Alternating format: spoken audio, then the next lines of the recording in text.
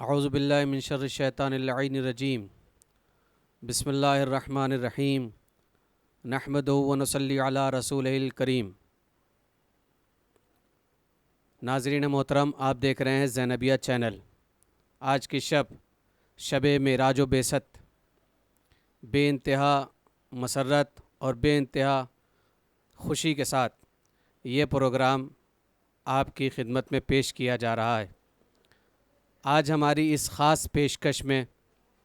Live پیشکش میں ہمارے ساتھ ہیں ممبئی کے ہر دل عزیز شاعر جناب خورشید ہلوری صاحب، اور ہمارے ساتھ تھانہ شہر ممبرا سے تعلق رکھنے والے جناب کوثر فتح پوری، ممبئی کی عوام عروس البلاد سے تعلق رکھنے والا ہر بندہ مومن ان دونوں لوگوں کو قاعدے سے پہچانتا بھی ہے اور جانتا بھی ہے۔ بعثت اور معراج کے سلسلے سے گفتگو آپ کے سامنے بعد میں پیش کی جائے گی، مگر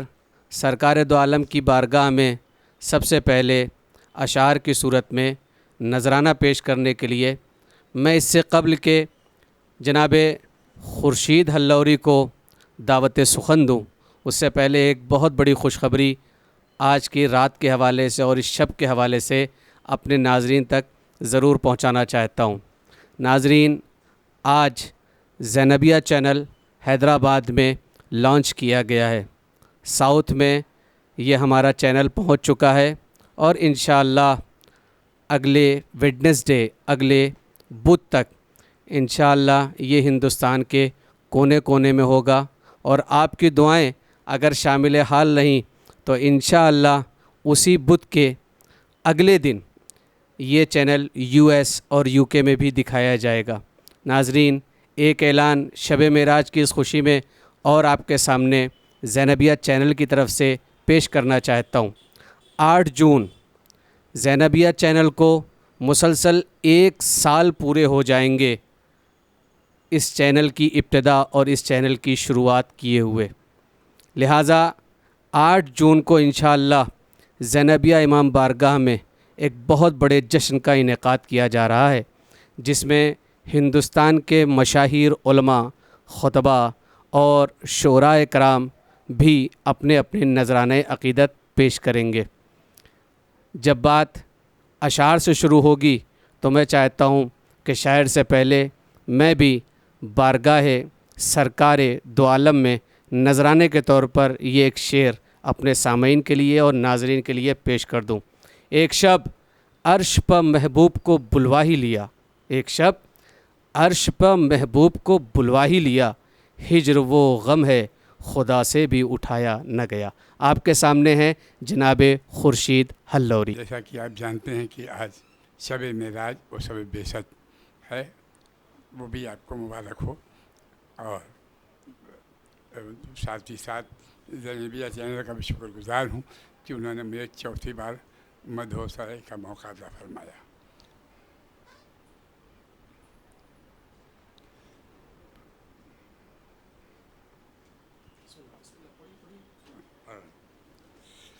اعجاز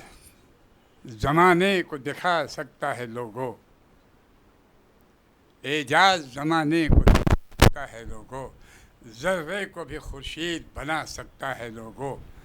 معراج محمد پہ یقین کیوں نہیں کرتے، اللہ جہاں چاہے بلا سکتا ہے لوگوں، اللہ جہاں چاہے بلا سکتا ہے لوگوں۔ اگر خالق نے خود آقا کو بلوایا نہیں ہوتا، اگر خالق نے خود آقا کو بلوایا نہیں ہوتا، مخالف جھوٹ پہ کچھ اپنی شرمایا نہیں ہوتا، مخالف جھوٹ پہ خود اپنی شرمایا نہیں ہوتا، محمد کو اگر تو ہم تک تذکرہ نالین نہ آیا، محمد کو اگر معراج جسمانی نہیں ہوتی تو ہم تک تذکرہ نالین کا آیا نہیں ہوتا۔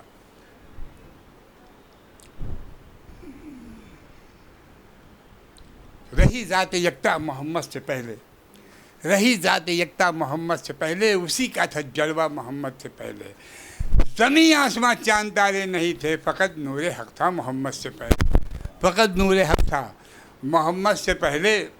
اجالا ہوا ہے انہی کی بدولت، اندھیری تھی دنیا محمد سے پہلے،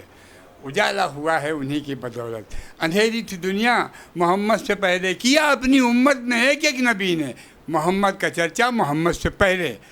تھا خورشید روز ازل سے ہی روشن، مگر کس نے دیکھا محمد سے پہلے، تھا خورشید روز ازل سے ہی روشن، مگر کس نے دیکھا محمد سے پہلے، اور جو ہم پر نبی کا نہ احسان ہوتا،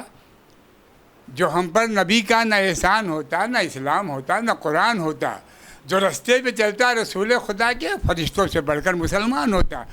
جو رستے پہ چلتا رسول خدا کے فرشتوں سے بڑھ کر مسلمان ہوگا، نہ ہوتا دل جو سینے میں نبی والا تو کیا ہوتا،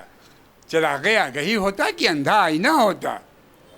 چراغ آگہی ہوتا کہ اندھا نہ ہوتا، تفرقہ گر نہ ہوتا عالم اسلام میں اتنا، محمد مصطفیٰ کا کلمہ غیروں نے پڑھا ہوتا، تفرقہ گر نہ ہوتا عالم اسلام میں اتنا، محمد مصطفیٰ کا کلمہ غیروں نے پڑھا ہوتا، محمد مصطفیٰ کا کلمہ غیروں نے پڑھا ہوتا۔ ملاحظہ کیجیے کہ اسی ملاحظہ نعت شریف کا پیش کر رہا ہوں، اور دیکھیے وہ اس کو کہ زمانہ نہ سمجھا مقام محمد، زمانہ نہ سمجھا مقام محمد، کیا حق نے خود احترام محمد، اور کیا حق نے خود احترام محمد، اور زمانہ میری خاک پا بھی نہیں ہے، میں تقدیر سے ہوں غلام محمد، میں تقدیر سے ہوں غلام محمد۔ اور شعر ملاحظہ کیجئے کہ فرشتے دہن اس کا چومیں گے آ کر، فرشتے دہن اس کا چومیں گے آ کر، جلے گا عقیدت سے نام محمد، فرشتے دہن اس کا چومیں گے آ کر، جلے گے عقیدت سے نام محمد۔ کہتا ہوں میری جیسی قسمت کہاں تیری زاہد، میری جیسی قسمت کہاں تیری زاہد، ارے مقدر سے ملتا ہے جام محمد، مقدر سے ملتا ہے جام محمد۔ اور وہ خاتون جنت نہیں ہے تو کیا ہیں، وہ خاتون جنت نہیں ہے تو کیا ہیں، ہوا جن کو حاصل سلام محمد، وہ خاتون جنت نہیں ہے تو کیا ہیں، ہوا جن کو حاصل سلام محمد۔ حدیثوں کو معیار قرآن پہ جانچو، حدیثوں کو معیار قرآن پہ جانچو، کلام خدا ہے کلام محمد، حدیثوں کو معیار قرآن پہ جانچو، کلام خدا ہے کلام محمد۔ عرض کرتا ہوں کہ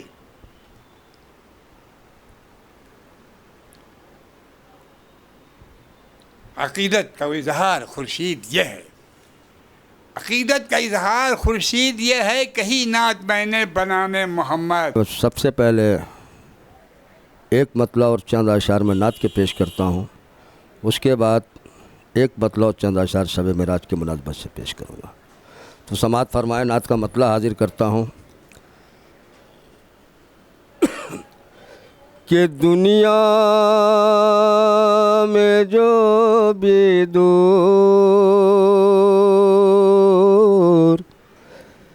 رہیں گے حضور سے، دنیا میں جو بھی دور رہیں گے حضور سے، دنیا میں جو بھی دور رہیں گے حضور سے، دنیا میں جو بھی دور یہ حضور سے، محشر میں کچھ نہ پائیں گے رب غفور سے، محشر میں کچھ نہ پائیں گے رب غفور سے۔ اور شعر پیش کرتا ہوں کہ اب نام مصطفیٰ کے سوا یاد کچھ نہیں، اب نام مصطفیٰ کے سوا یاد کچھ نہیں، مسرور ہوں میں جام ولا کے سرور سے، مسرور ہوں میں جام ولا کے سرور سے۔ اور شعر حاضر کرتا ہوں، سماعت فرمائیں گے حضرت کہ دامان مصطفیٰ سے یہاں جو بھی دور ہے، دامان مصطفیٰ سے یہاں جو بھی دور ہے، جنت نہ دیکھ پائے گا ہرگز وہ دور سے، جنت نہ دیکھ پائے گا ہرگز وہ دور سے۔ اور یہ بھی شعر حاضر کرتا ہوں کہ ملتا نہیں تعداد عمل میں، اسی لیے ملتا نہیں تعداد عمل میں، اسی لیے خلقت ہے پنجتن کے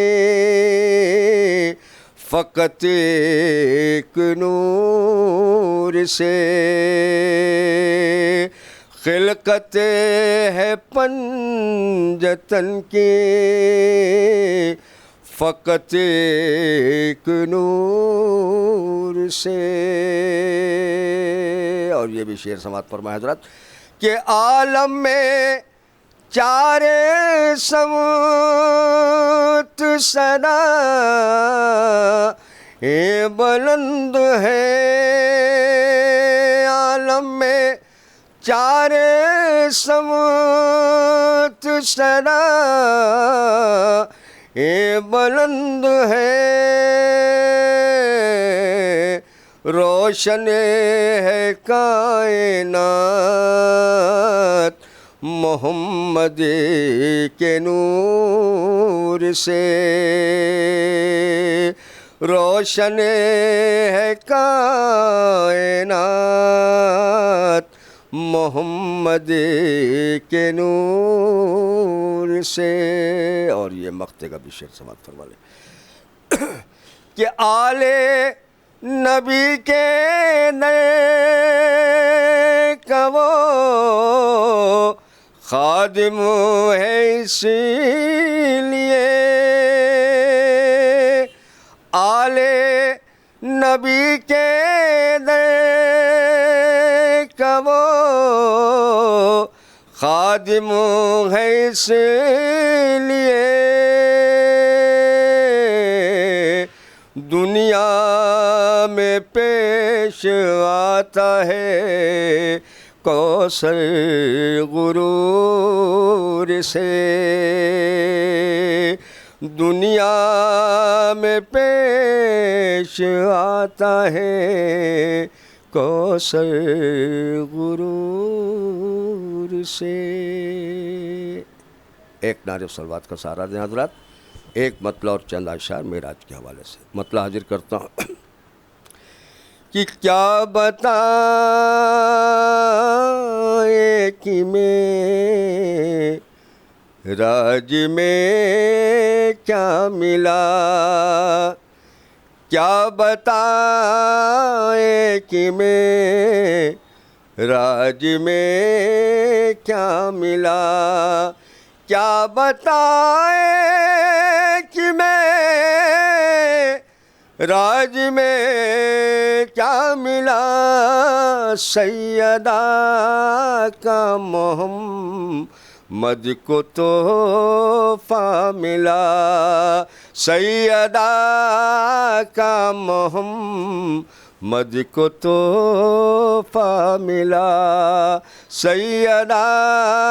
کا محمد کو تحفہ ملا آسماں پر مدینے کی قسمت ملی آسماں پر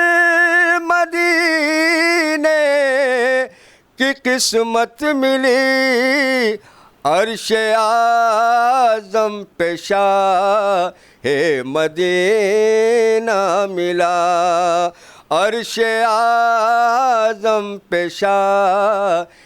مدینہ ملا عرش اعظم پہ شاہ مدینہ ملا نور ہے نور تھا نور ہی نور تھا نور ہی نور تھا نور ہی نور تھا فرش تھا عرش احمد کا جلوہ ملا فرش تھا عرش احمد کا جلوہ ملا اور فرق احمد عہد میں ذرا بھی نہ تھا فرق احمد عہد میں ذرا بھی نہ تھا میم کا صرف باریک پردہ ملا میم کا صرف باریک پردہ ملا آج معراج پا فلک والوں نے آج معراج پائی فلک والوں نے آج احمد ملا آج مولا ملا آج احمد ملے آج مولا ملا اور یہ بھی شعر دیکھیں گے حضرات کہ سینہ عرش پر ان کی نالین تھی سینہ عرش پر ان کی نالین تھی آج انگشتری کو نگینہ ملا آج انگشتری کو نگینہ ملا اور یہ آخری شعر حاضر کرتا ہوں دیکھیں گے حضرات کہ جب نبی کو علی کا دیا واسطہ جب نبی کو علی کا دیا واسطہ جتنا چاہا تھا اسے سے زیادہ ملا جتنا چاہا تھا اسے سے زیادہ ملا اور یہ مقطع کا بھی شعر سے بات فرما لیں کہ دست فیاض سا کہ یہ کوثر کا تھا دست فیاض ساقیِ کوثر کا تھا میں نے تیرا کہا مجھ کو دریا ملا میں نے تیرا کہا مجھ کو دریا ملا شب معراج روز معراج روز بعثت شب بعثت آپ تمام ناظرین کو جو کہ اس وقت زینبیہ چینل پر ہمارا یہ لائیو پروگرام دیکھ رہے ہیں، ہم اپنے تمام ناظرین کی خدمت میں مبارکباد پیش کرتے ہیں۔ بعثت کیا ہے؟ بعثت وہ نوجوان جو اس بھاگتی دوڑتی اپنی مصروف ترین زندگی میں اپنے رزق، روٹی، کپڑا اور مکان، ان تمام چیزوں کے لیے پریشان ہیں، ایسے ماحول میں اور ایسے وقت میں لفظ بعثت کا ایک نوجوان کے لیے سمجھنا بڑا ہی مشکل مرحلہ ہے، مگر میں آپ تمام ناظرین کے لیے اس لفظ کو آسان کر دیتا ہوں۔ سرکار حضرت محمد مصطفیٰ صلی اللہ علیہ وآلہ وسلم یعنی مکین گنبد خضرا، سرکار دو عالم، آپ جب مکے میں پیدا ہوئے اور مکہ آپ کی ولادت کے بعد مکہ معظمہ کہا جانے لگا، تاریخ بتاتی ہے کہ امین ہونے کا لقب آپ نے ان لوگوں سے پایا کہ جنہوں نے کلمہ نہیں پڑھا تھا، صادق کا لقب آپ نے ان لوگوں سے پایا کہ جن لوگوں نے کلمہ نہیں پڑھا تھا۔ تاریخ بتاتی ہے کہ سرکار دو عالم نے پہلے مکے کے اس بنجر زمین کو کہ جہاں پر ایک دانہ بھی اگر ڈالا جاتا تو وہ جل بھن کے ختم ہو جاتا، ایسی زمین پر آپ پاشی کرنا، ایسی زمین کو زرخیز بنانا، یقیناً یہ ایک مرکل، معجزے سے کم نہیں ہے، مگر ایسی صورت میں بھی سرکار دو عالم مکین گنبد خضرا نے دلوں پر اپنی امانت و صداقت کا وہ حل چلایا کہ تاریخ عرب میں تاریخ بتاتی ہے کہ دشمن کے منہ سے بھی اپنی صداقت اور امانت داری کا کلمہ پڑھوا لیا، اور اس کے بعد جب آپ 40 سال کے ہو گئے، یہیں سے لفظ بعثت کو آپ کو سمجھنا ہے، اور میں نے جس کتاب سے فائدہ اٹھایا ہے اور جس کے ذریعے سے میں یہ باتیں آپ تک پہنچا رہا ہوں وہ ہے مناقب شہر عاشوب، مناقب اہل بیت۔ کتاب میں لکھا ہوا ہے کہ جب سرکار دو عالم، یوں تو خود سرکار دو عالم نے ارشاد فرمایا کنت نبیا والآدم بین الماء والطین، میں اس وقت بھی نبی تھا کہ جب آدم آب و گل کے درمیان تھے، مگر تاریخ بتاتی ہے کہ سرکار دو عالم کی جو ظاہری نبوت ہے، سرکار دو عالم کی جو ظاہری نبوت ہے وہ 40 سال کے بعد شروع ہوتی ہے، اور جس دن آپ کی ظاہری نبوت کی ابتدا ہوتی ہے اسی کو یوم بعثت کہا جاتا ہے، روز بعثت کہا جاتا ہے، یعنی جب آپ مبعوث برسالت ہوئے۔ ناظرین محترم، سرکار دو عالم مبعوث برسالت کیسے ہو رہے ہیں کہ مناقب اہل بیت لکھنے والے شہر عاشوب تحریر فرماتے ہیں کہ ایک روایت میں ہے کہ جبریل نے ایک ریشم کا ٹکڑا نکالا اور سرکار دو عالم سرکار مکین گنبد خضرا سے یہ ارشاد فرمایا کہ یہ جو ریشم کا ٹکڑا میں نے نکالا ہے اس میں کچھ لکھا ہوا ہے، آپ اس کو پڑھیں۔ اور پھر قرآن مجید کی وہ پہلی آیت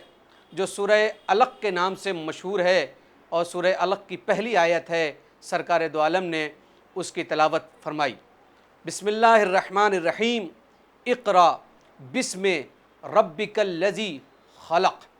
خلق الانسان، پھر وہ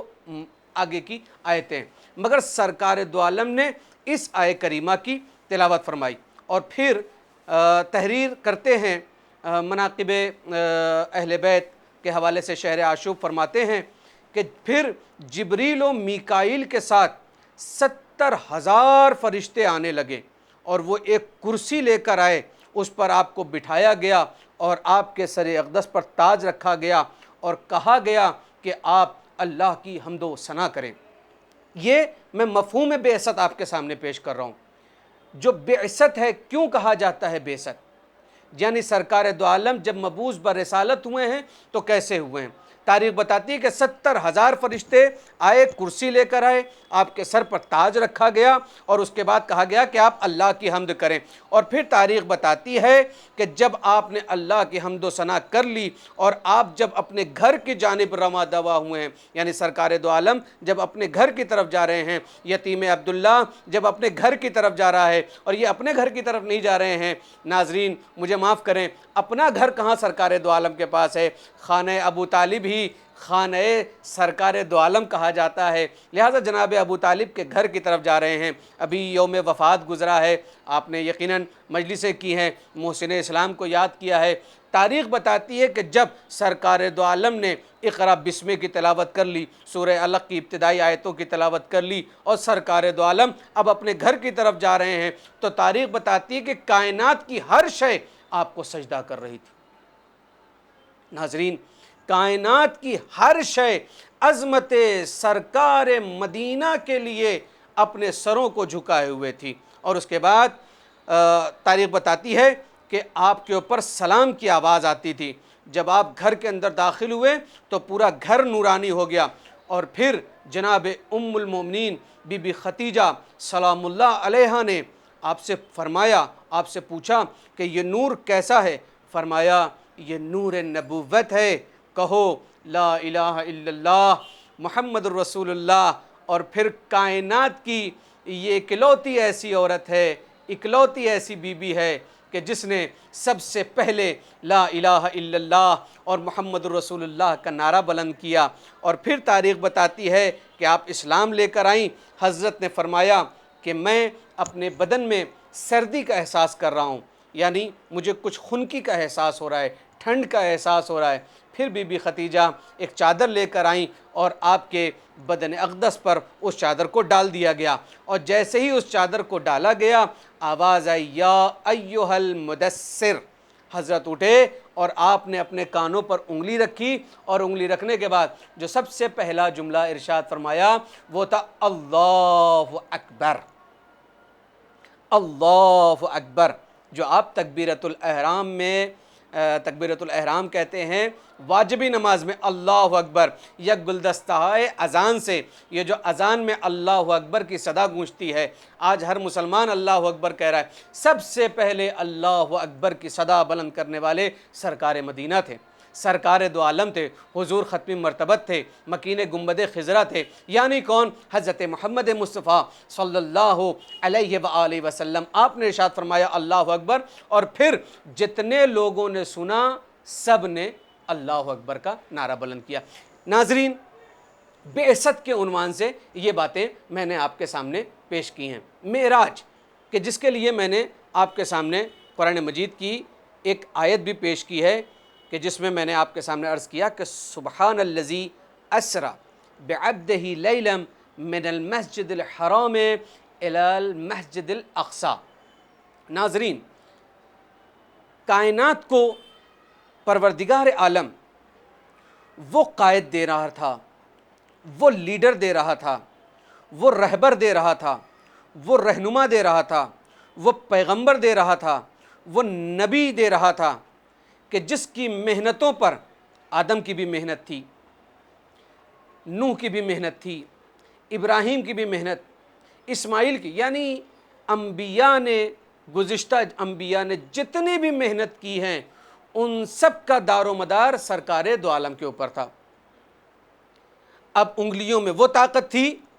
کہ اگر چاند کی طرف اٹھتی تو چاند کے دو ٹکڑے ہو جاتے۔ اب یقین کریں، خدا گواہ ہے کہ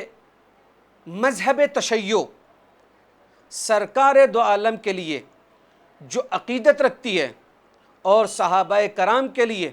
جو تعظیم و تکریم مذہب تشیع کے ہاں پایا جاتا ہے، اتنا میں نہیں سمجھتا کہ کسی اور کے ہاں پایا جاتا ہوگا۔ ناظرین،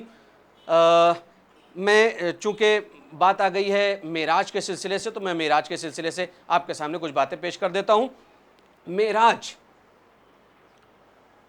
معراج لوگوں کا اختلاف ہے۔ کچھ لوگ یہ کہتے ہیں کہ معراج معراج معراج جسمانی ہے، معراج معراج روحانی ہے۔ کچھ لوگوں کا عقیدہ یہ ہے کہ معراج معراج روحانی ہے، یعنی سرکار دو عالم خواب میں تھے اور ان کو معراج حاصل ہو گئی، یعنی وہ پروردگار جو پتھروں سے اور پہاڑ کے درمیان سے اونٹنی بچے کے ساتھ نکال سکتا ہے، اور وہ بھی ایسے کہ وہ دودھ دے رہی ہو، وہ کہ جو موسیٰ کے عصا کو وہ طاقت دے سکتا ہے کہ اگر دریائے نیل پر وہ پڑ جائے تو اس میں راستہ بن جائے، وہ پروردگار اپنے خاص بندے کو، جس کے لیے یہ پوری کائنات خلق ہوئی ہے، جس کے صدقے میں یہ آسمان ہے، یہ زمین ہے، یہ ہوائیں ہیں، یہ فضائیں ہیں، یہ چرند ہیں، یہ پرند ہیں، یہ تمام تر مخلوقات جس کے مرہون منت ہیں، جس کی رہین منت ہیں، وہ سرکار دو عالم پروردگار کتنی محبت کرتا تھا۔ میں نے ابتدا میں آپ کے سامنے جو شعر عرض کیا تھا، شاید اس کی تفصیل کا بھی موقع مجھے مل تو نہیں پائے گا، مگر یہ ہے کہ میں اس کو دہرا دیتا ہوں تاکہ آپ کے ذہن نشین ہو جائے۔ ایک شب عرش پہ محبوب کو بلوا ہی لیا، ہجر وہ غم ہے خدا سے بھی اٹھایا نہ گیا۔ ناظرین، بے انتہا مدینے کے جو آج مدینے سے محبت لوگ رکھتے ہیں، آج مکے سے آب زمزم لے کر آتے ہیں اور مکے کو مکہ معظمہ کہتے ہیں۔ سرکار دو عالم کا قدم مکے پر پڑا تو مکہ مکہ معظمہ ہوا، سرکار دو عالم کا قدم مدینے پہ پڑا تو مدینہ یثرب مدینہ منورہ کہلایا۔ ناظرین، صرف اور صرف ایک روایت آپ کے سامنے پیش کر دوں تاکہ مجھے بہت زیادہ طولانی اپنی بات کو نہ کرنا پڑے اور کم وقت میں میری بات مکمل ہو جائے۔ خواتین بھی یقیناً اس پروگرام کو دیکھ رہی ہوں گی، وہ اپنے بچوں تک ان باتوں کو منتقل کریں کہ شاید ہو سکتا ہے کہ اردو کے کچھ الفاظ اتنے سخت ہو جائیں کہ جو بچے نہ سمجھ پائیں، لہٰذا جو خواتین دیکھ رہی ہیں کم از کم وہ باتوں کو سمجھیں، اس لیے کہ مولا کائنات کی ایک حدیث میری نظر سے گزری ہے کہ اگر مرد مذہبی ہوتا ہے تو اسلام، دین، شریعت، ریلیجن گھر کی دہلیز تک پہنچتا ہے، لیکن جس گھر میں ایک عورت مذہبی ہوتی ہے، ایک عورت اسلام کو مانتی ہے،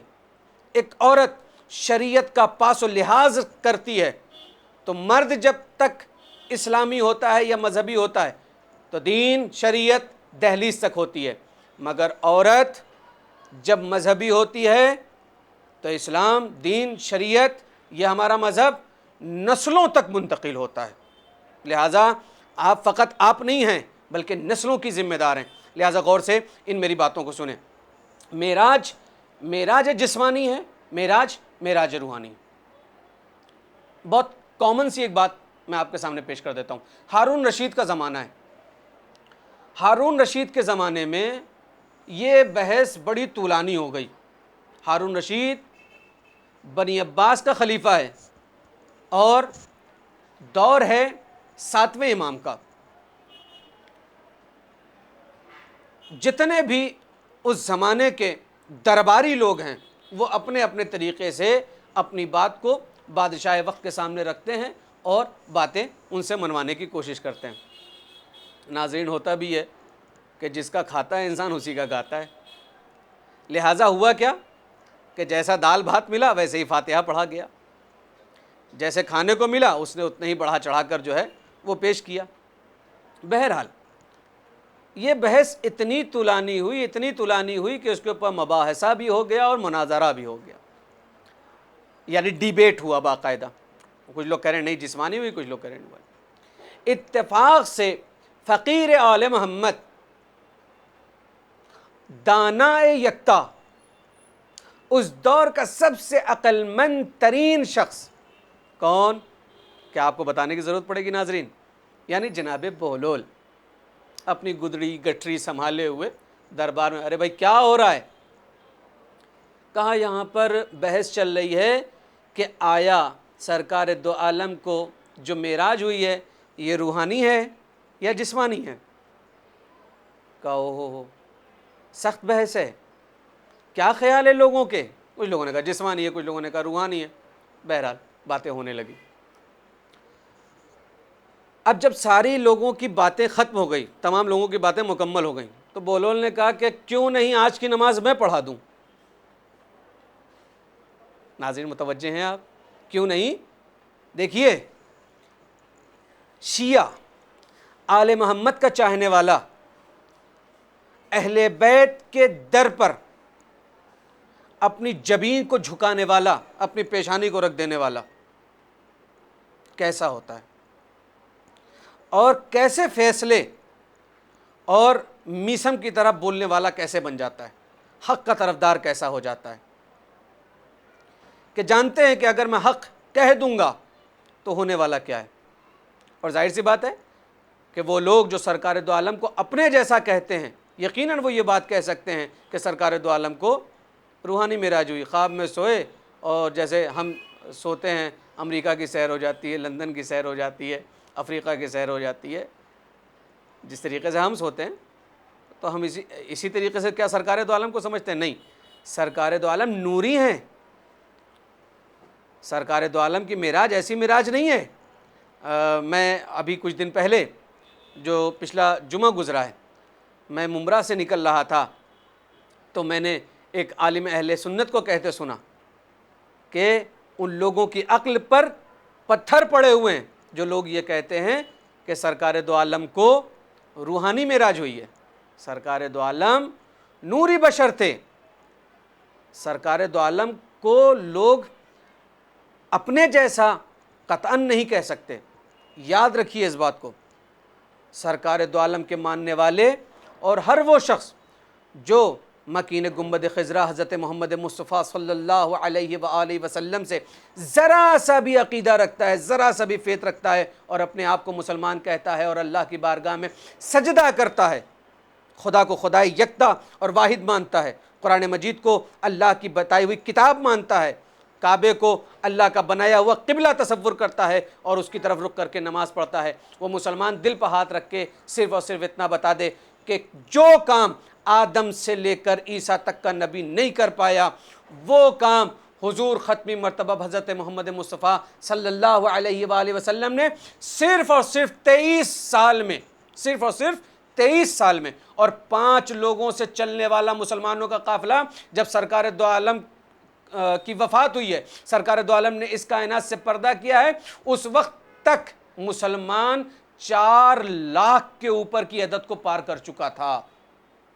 ناظرین اگر آپ متوجہ ہیں تو میں نے تاریخ کو آپ کے سامنے قطرے میں پیش کر دیا ہے. آپ اس بات کو سمجھیں کہ 23 سال میں وہ مرکل، وہ معجزاتی زندگی مرکل لائف گزاری سرکار دو عالم نے کہ جو کسی نبی نے جس کے بارے میں سوچا تک نہیں تھا. اسی لیے سرکار دو عالم فخر آدم ہیں، اسی لیے سرکار مدینہ فخر نوح، فخر ابراہیم، فخر اسماعیل، فخر یوسف اور فخر ایوب، جتنے بھی انبیاء ہیں سب کے سب تلک الرسل فضلنا بعضهم علی بعض. قرآن مجید کے اس آیت کے حوالے سے بعض کو بعض پر ہم نے فوقیت دی ہے. سرکار دو عالم بعض میں بھی جو فوقیت پائے ہیں ان میں بھی سب سے زیادہ فوقیت رکھتے ہیں. ناظرین محترم، حضرت محمد مصطفیٰ صلی اللہ علیہ وآلہ وسلم، بحث چل رہی ہے، بات پھر سے گھوم کر وہیں آ جاتی ہے. اس واقعے کو یاد رکھیں. اس سے اچھا جواب میں نہیں سمجھتا کہ آپ کے سامنے جسمانی اور روحانی کے سلسلے میں پیش کیا جا سکتا ہے جو جناب بہلول نے پیش کیا. ویسے کہنے کو تو کہا جاتا ہے کہ جوتیاں، روح جو ہے وہ جوتیاں نہیں پہنا کرتی، جوتیاں پہن کر روح جو ہے وہ سفر نہیں کیا کرتی، براق روح کے لیے نہیں آتا ہے، فرشتے جو ہے وہ روح کے لیے ہاں آتے ضرور ہیں، مگر جب ایک مرتبہ آ جاتے ہیں روح لینے کے لیے تو پھر روح دوبارہ نہیں آتی. مگر ناظرین اتنا تو کم از کم لوگوں کو سوچنا چاہیے کہ سرکار دو عالم کے لیے فرشتے آئے. اگر روح ہی گئی، مان لیجئے کہ سرکار دو عالم کو جسمانی نہیں بلکہ روحانی معراج ہوئی، تو ایک مرتبہ روح چلی گئی تو پھر دوبارہ نہیں آتی. مگر یہ دوبارہ آنا بتا رہا ہے کہ سرکار دو عالم ہم جیسے تو نہیں ہیں. بہرحال ناظرین بات چل رہی تھی جناب بہلول کی. ہوا کیا؟ جناب بہلول نے کہا بھائی نماز پڑھا دوں. ہاں ٹھیک ہے، نماز پڑھا دیا جائے. تاریخ بتاتی ہے کہ اس دن کی امامت جناب بہلول کے حوالے کر دی گئی۔ اب ایک ہوتا ہے امام اور اس کے پیچھے جو لوگ نماز پڑھتے ہیں وہ ہوتے ہیں مامومین، مقتدی جن کو کہا جاتا ہے۔ لہٰذا اس دور کے جتنے بڑے بڑے ہیں اور اپنے آپ کو پڑھا لکھا کہتے ہیں، وہ سب کے سب جناب بہلول کے پیچھے کھڑے ہوئے۔ جناب بہلول نے تکبیر کہا، نیت کی، نماز شروع کی، اور پھر سورہ حمد کے بعد جناب بہلول نے یہی سورہ جس کی ابتدائی کی آیتیں میں نے آپ کے سامنے پڑھی ہے، ایک آیت پڑھی ہے، سبحان الذی اسری بعبدہ لیلا من المسجد الحرام الی المسجد الاقصی، یہی آیت میں نے پڑھی نا آپ کے سامنے۔ ناظرین، اسی آیت کو جناب بہلول نے اس طریقے سے پڑھنا شروع کیا، بسم اللہ الرحمن الرحیم، سبحان الذی اسری بروحی۔ اب چونکہ ہوتا یہ ہے کہ امام جب آگے کھڑا ہوتا ہے تو اس کے پیچھے کھڑا ہونے والا شخص اتنا کم از کم جانتا ہو کہ اگر امام نے کہیں غلطی کی ہو تو اس کو فوراً جو ہے وہ بتا سکے یا کوئی اشارہ کر سکے۔ لہٰذا پیچھے سے کسی نے سبحان الذی اسری بعبدہ، جناب بہلول نے پھر بسم اللہ الرحمن الرحیم، سبحان الذی اسری بجسمی، پھر لوگوں نے کھکارا، پھر سنو گا بسم اللہ الرحمن الرحیم، سبحان الذی اسری بروحی۔ کیا مطلب ہوا؟ پاک و پاکیزہ ہے وہ ذات جو روح کو لے گیا، پاک و پاکیزہ ہے وہ ذات جو جسم کو لے گیا۔ مگر پیچھے سے ٹوکنے والے جو لوگ ٹوک رہے ہیں وہ یہ سمجھ رہے ہیں کہ بہلول غلط کر رہے ہیں، اور بار بار کھکارنا اور بار بار اشارے کرنا، بار بار تنبیہ کرنا، یہ اس بات کی دلیل ہے کہ بہلول بھی کچھ غلط کر رہے ہیں۔ بہرحال یہ لوگ تسلیم اس بات کو کر رہے ہیں جو لوگ پیچھے نماز پڑھنے والے ہیں۔ لہٰذا جناب بہلول نے نماز کو وہیں پر روک دیا، اور ایک مرتبہ مصلی پر ہی جناب بہلول نے اپنے قبلے کو تبدیل کیا۔ قبلے کو تبدیل کرنا مطلب قبلے کو چھوڑ کر، قبلے کی طرف سے رخ ہٹا کر ایک مرتبہ ان لوگوں کی طرف رخ کیا کہ جو جناب بہلول کے پیچھے نماز پڑھ رہے تھے، اور کہہ رہے ہیں تمہاری عقل کو کیا ہو گیا ہے کہ خدا روح کا نام نہیں لے رہا ہے، خدا جسم کا نام نہیں لے رہا ہے، خدا کہہ رہا ہے کہ پاک و پاکیزہ ہے وہ ذات جو اپنے بندے کو لے گئی۔ اور بندہ مرکب ہوتا ہے، بندہ مل کر بنتا ہے، کس سے؟ جسم سے اور روح سے۔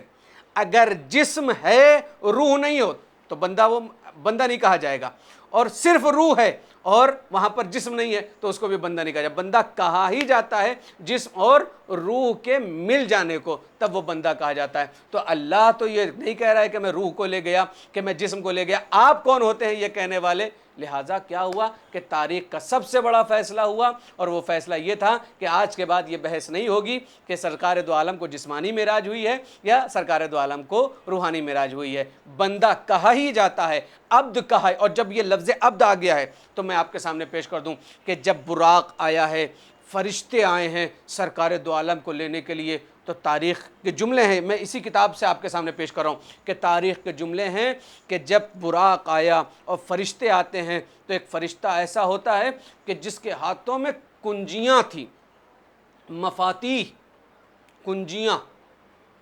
اور اس کے بعد وہ کنجیاں سرکار دو عالم کے حوالے کرنا چاہتا ہے، اور وہ یہ کہتا ہے کہ اللہ تبارک و تعالی نے یہ تمام کنجیاں، یہ چابیاں بھیجی ہیں آپ کے لیے، تمام مفاتیح بھیجی ہے آپ کے لیے۔ کیوں؟ کہ جو چیز، جتنی بھی چیزیں کائنات میں، ان سب کے حاکم آپ ہیں۔ سلیمان کو حکومت دی مگر وہ ملک فانی تھا، آپ کو جو ہم نے حکومت دی ہے وہ ملک باقی کی دی ہے۔ آپ ہمیشہ ہمیشہ حکومت کرنے والے ہیں، اس کائنات پر ہمیشہ آپ کی حکومت چلتی رہے گی، اس لیے کہ جب تک یہ کائنات باقی ہے تب تک وجود محمد باقی ہے۔ اور آج بھی کوئی محمد ہے کہ جو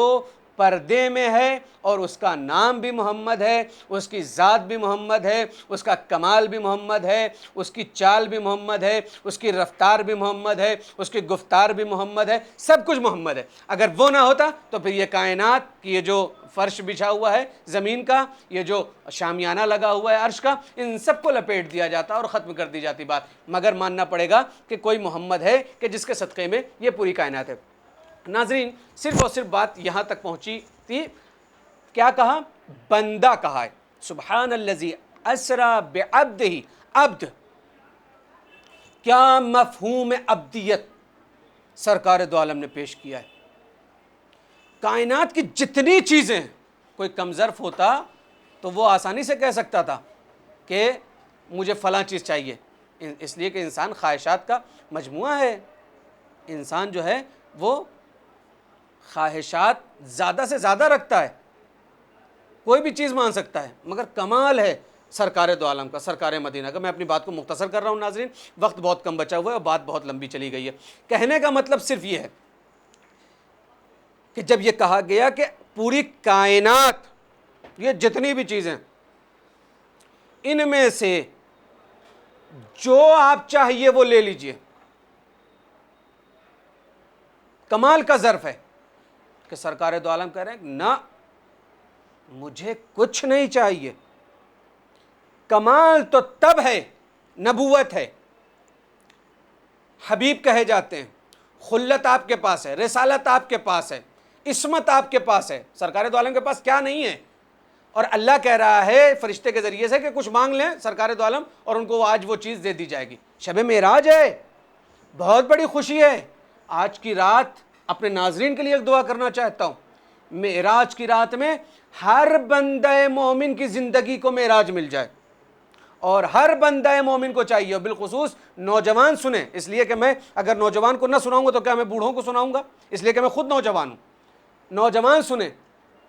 جوانی میں سجدہ زیادہ کریں۔ کیوں؟ اس لیے کہ ہم نے دیکھا ہے بڑھاپے میں اکثر لوگ سجدہ کر نہیں پاتے، اس لیے اس امید میں مت رہیے کہ جب بوڑھے ہوں گے تب اللہ کا سجدہ کر لیں گے، تب عبدیت کر لی جائے گی۔ نہ،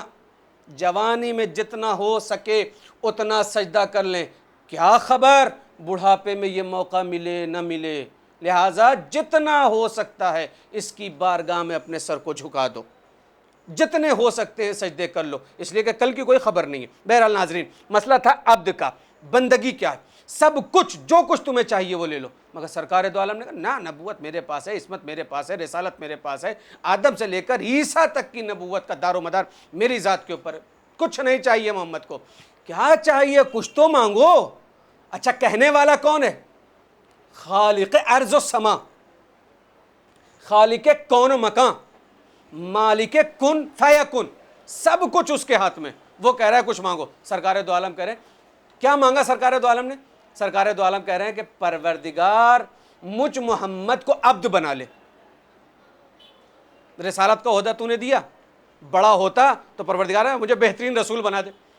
نبوت کا عہدہ بہت بڑا ہوتا تو سرکار دو عالم کہتے مجھے نبی بنا دے، عصمت کا عہدہ بہت بڑا ہوتا تو سرکار دو عالم کہہ دیتے کہ مجھے تو نے عصمت دی ہے، اب اس کے بعد مجھے کسی چیز کی ضرورت نہیں ہے۔ مگر سرکار دو عالم کا یہ کہنا کہ مجھے اپنا بندہ بنا لے، اپنی بندگی میں لے لے، اس کا مطلب کیا ہوا؟ معیار بندگی، معیار عبدیت کو سرکار دو عالم نے وہ عروج دیا، وہ بلندی دی کہ پروردگار نے کہا تو صحیح کہ تم نے رسالت کو نہیں سمجھا، کچھ نبوت کو کچھ نہیں سمجھا، عصمت کو کچھ نہیں سمجھا، یہ تمام انبیاء کی سرداری تمہارے حوالے کی گئی، تم سید المرسلین ہو، تم نے کسی عہدے کو کچھ نہیں سمجھا، تم نے میری بندگی کو وہ کمال دیا کہ تم نے مجھ سے میری بندگی کو میری بندگی کو مانگ لیا، لہٰذا تو صحیح کہ میں خالق ہو کر تم سے یہ وعدہ کرتا ہوں کہ جب بھی نماز میں تشہد پڑھا جائے گا تو ہر تشہد پڑھنے والا کہے گا الحمدللہ اشہد ان لا الہ الا اللہ وحدہ لا شریک لہ واشہد ان محمدا عبدہ ورسولہ۔ کیا مطلب ہوا؟ اور میں گواہی دیتا ہوں کہ محمد اس کے عبد ہیں، یعنی عبدیت کا کلمہ پہلے پڑھوایا ہے، رسالت کا کلمہ بعد میں پڑھوایا ہے۔ کتنا، یعنی سرکار دو عالم نے لفظ عبدیت کو وہ معراج عطا کر دی کہ اب لفظ عبدیت پہلے ہے اور لفظ رسالت بعد میں ہے۔ ناظرین، اپنی بات کو ختم کرتے ہوئے صرف اور صرف آخری بات آپ کے سامنے پیش کروں گا تاکہ میری بات مکمل ہو جائے۔ مروی ہیں، تاریخ بتاتی ہے کہ جب شب معراج سرکار دو عالم معراج پر گئے ہیں، آپ نے جنت کی سیر کی، آپ نے ہر جگہ کو دیکھا، آپ نے یعنی وہ کوئی ایسی جگہ نہیں تھی کہ جہاں پر سرکار دو عالم نہ گئے ہوں۔ تاریخ بتاتی ہے کہ ایک مقام تو وہ آتا ہے کہ جہاں پر جانے کے بعد جناب جبریل کہتے ہیں کہ پروردگارا بس پروردگار کی طرف سے مجھے حکم ہے کہ میں اس کے آگے قدم نہ بڑھاؤں، اور اس کے بعد سرکار دو عالم تنہا جا رہے ہیں، اب جبریل بھی ساتھ نہیں ہے۔ وہ لوگ جو یہ کہتے ہیں کہ جناب جبریل نے حضور کو پڑھایا ہے، ان لوگوں سے ایک سوال ہے کہ یہ استاد پیچھے کیوں رہ گیا اور یہ جس نے پڑھا تھا وہ آگے کیوں چلا گیا؟ یہ سوائے کم عقلی کے کچھ اور نہیں ہے۔ یاد رکھیں، سرکار دو عالم کا کوئی استاد نہیں ہے سوائے پروردگار کے۔ سرکار مدینہ، مکین گنبد خضرا حضرت محمد مصطفیٰ صلی اللہ علیہ وآلہ وسلم، یہ جتنے نبی ہیں سرکار دو عالم کے حوالے سے صرف اور صرف آخری بات کہ یہ جو باتیں ہیں، سرکار دو عالم کا کوئی استاد نہیں ہے سوائے پروردگار کے۔ لہٰذا پروردگار عالم نے بلایا، اور اس کے بعد جب جبریل کا ساتھ چھوٹ گیا ہے تو تاریخوں میں یہ ملتا ہے کہ ادن و منی کی صدائیں آ رہی تھیں، ادن و منی کی صدائیں، مگر جب لہجے پر سرکار دو عالم نے غور کیا تو لہجہ جانا پہچانا معلوم ہوا۔ ناظرین، یہیں پر رکنا چاہتا ہوں اور شکر ادا کرنا چاہتا ہوں ولایت کا کہ پروردگار نے ہم کو ولایت سے نوازا ہے۔ جانا پہچانا جب لہجہ میسر ہوا سرکار دو عالم کو تو بے قرار دل کو قرار آ گیا، بے سکون جسم کو سکون مل گیا۔ یہی تو ہم دنیا والوں کو بتانا چاہتے ہیں کہ ہم اپنی زندگی میں ناد علی یا علی کا تذکرہ اسی لیے کرتے ہیں تاکہ ہمارے بے سکون جسم کو بھی سکون مل جائے، ہمارے بے قرار دل کو بھی قرار مل جائے، اس لیے کہ جب یہ لہجہ، جب اس کی آواز سرکار دو عالم کے جسم کو سکون دے سکتی ہے تو یقیناً اس کا نام نامی کہیں نہ کہیں ہمیں بھی سکون بخشتا ہے اور سکون دیتا ہے۔ بہرحال قاب قوسین و ادنیٰ کی منزل پر جب سرکار دو عالم پہنچے ہیں، 1000 بار قریب ہونے کے لیے ندا دی گئی، ادن و منی، اور قریب آؤ اور قریب آؤ۔ سرکار دو عالم اور قریب آئے اور قریب آئے، اور اس کے بعد سرکار دو عالم نے اللہ سے گفتگو کی، اللہ سے باتیں کی، ایک پردے کے قریب۔ قاب قوسین و ادنیٰ کی منزل ہے، ایک پردے کے پیچھے سے کوئی ہاتھ نمودار ہوا۔ مبروک، مبارکباد ہو تمام تر امت مسلمہ کو، تمام تر مسلمانوں کو، تمام تر شیعان حیدر کرار کو۔ مجھے نہیں ملتا تاریخ میں کہ یہ ہاتھ کس کا تھا، مگر بہرحال جس کا لہجہ تھا اور جس کے لہجے میں بات کی گئی، اللہ تو ہاتھ نہیں رکھتا نا، اللہ تو جسم نہیں رکھتا نا۔ بہرحال اب لوگ بتائیں، لوگ تاریخ سے پوچھیں کہ وہ ہاتھ کس کا تھا، کہ جس کی خنکی کو سرکار دو عالم نے معراج سے واپس آنے کے بعد بھی جب تک سرکار دو عالم اس کائنات میں رہے ہمیشہ محسوس کرتے رہے۔ مروی ہے کہ جب شب معراج سرکار ابو طالب نے اپنے جگر کے گوشے کو یعنی سرکار دو عالم کو نہیں پایا تو بنی ہاشم کو متوجہ کیا، قریش والوں کو متوجہ کیا، اور اس کے بعد سب کو لے کر خانہ کعبہ میں گئے، اور جناب ابو طالب حجر اسود کے پاس کھڑے ہو کر کہے کہ اے بنو ہاشم یہاں سے نکل جاؤ، یہ تمہارے ساتھی نہیں ہیں۔ اور پھر قریش سے فرمایا کہ اگر میں محمد کو نہ پاؤں گا تو تم سب کو قتل کر دوں گا۔ اور اس کے بعد تاریخ بتاتی ہے کہ سرکار دو عالم وہاں پر جناب ام ہانی، اور بعض روایتوں میں شیب ابی طالب، اور بعض روایتوں میں بی بی ختیجہ سلام اللہ علیہا کا گھر بھی بتایا جاتا ہے۔ بہرحال کہنے کا مطلب یہ ہے کہ جناب ابو طالب نے سرکار دو عالم کی زیارت کی، اور سرکار دو عالم کی جب زیارت جناب ابو طالب نے کر لی ہے تو اس کے بعد جناب ابو طالب کے بے قرار دل کو بھی قرار آ گیا، اور اس کے بعد لوگوں نے واقعات کو معراج کے پوچھا اور آن حضرت نے خود واقعات کو یعنی سرکار دو عالم نے بیان فرمایا، اور حضرت نے جب تمام حال بیان فرما دیا تو پھر لوگوں نے مختلف قسم کے سوالات کیے، سرکار دو عالم نے ان مختلف قسم کے جو سوالات تھے ان کا بھی جواب دیا، مگر جو ایمان لانے والے تھے وہ ایمان لے آئے، اور جو ایمان نہیں لانے والے تھے وہ، جب ظاہر سی بات ہے کہ چاند کے 2 ٹکڑے دیکھے ایمان نہیں لائے، سرکار دو عالم کے ہاتھوں پر سنگریزے کو کلمہ پڑھتے ہوئے دیکھا ایمان نہیں لے آئے، درختوں کو چل کر آتے ہوئے تعظیم کے لیے جھکتے ہوئے دیکھا ایمان نہیں لے آئے، تو بہرحال ان ساری بات کو بھی ان لوگوں نے قبول نہیں کیا اور وہ لوگ ایمان نہیں لائے۔ خدا نے ہم کو اس ایمانی قوت اور اس جذبے سے مالا مال کیا ہے، لہٰذا ہم شکر گزار ہیں پروردگار کے کہ پروردگار عالم تو نے ہمیں سرکار دو عالم جیسا قائد، سرکار دو عالم جیسا نبی، سرکار دو عالم جیسا پیغمبر، سرکار دو عالم جیسا مرسل دیا ہے۔ پروردگار تیرا لاکھ لاکھ شکر ادا کرتے ہیں کہ تو نے ہمیں ولایت سے بھی نوازا ہے۔ شب معراج کے اس خاص موقع پر یہ ہمارا پروگرام تھا، جشن معراج و بعثت۔ ناظرین آپ دیکھ رہے تھے جشن معراج و بعثت۔ شکر گزار ہیں تمام ناظرین کے، دیکھتے رہیے زینبیہ چینل۔ آج کی اس شب میں خصوصی دعا کہ پروردگار مومنین، حاضرین، ناظرین جو دیکھنے والے ہیں زینبیہ چینل، ان سب کو آج کی اس بابرکت اور خوشی کی رات میں پروردگار خوشیاں نصیب فرمائے۔ میں عقیل ترابی، مجھے دیجیے اجازت، والسلام علیکم ورحمۃ اللہ وبرکاتہ۔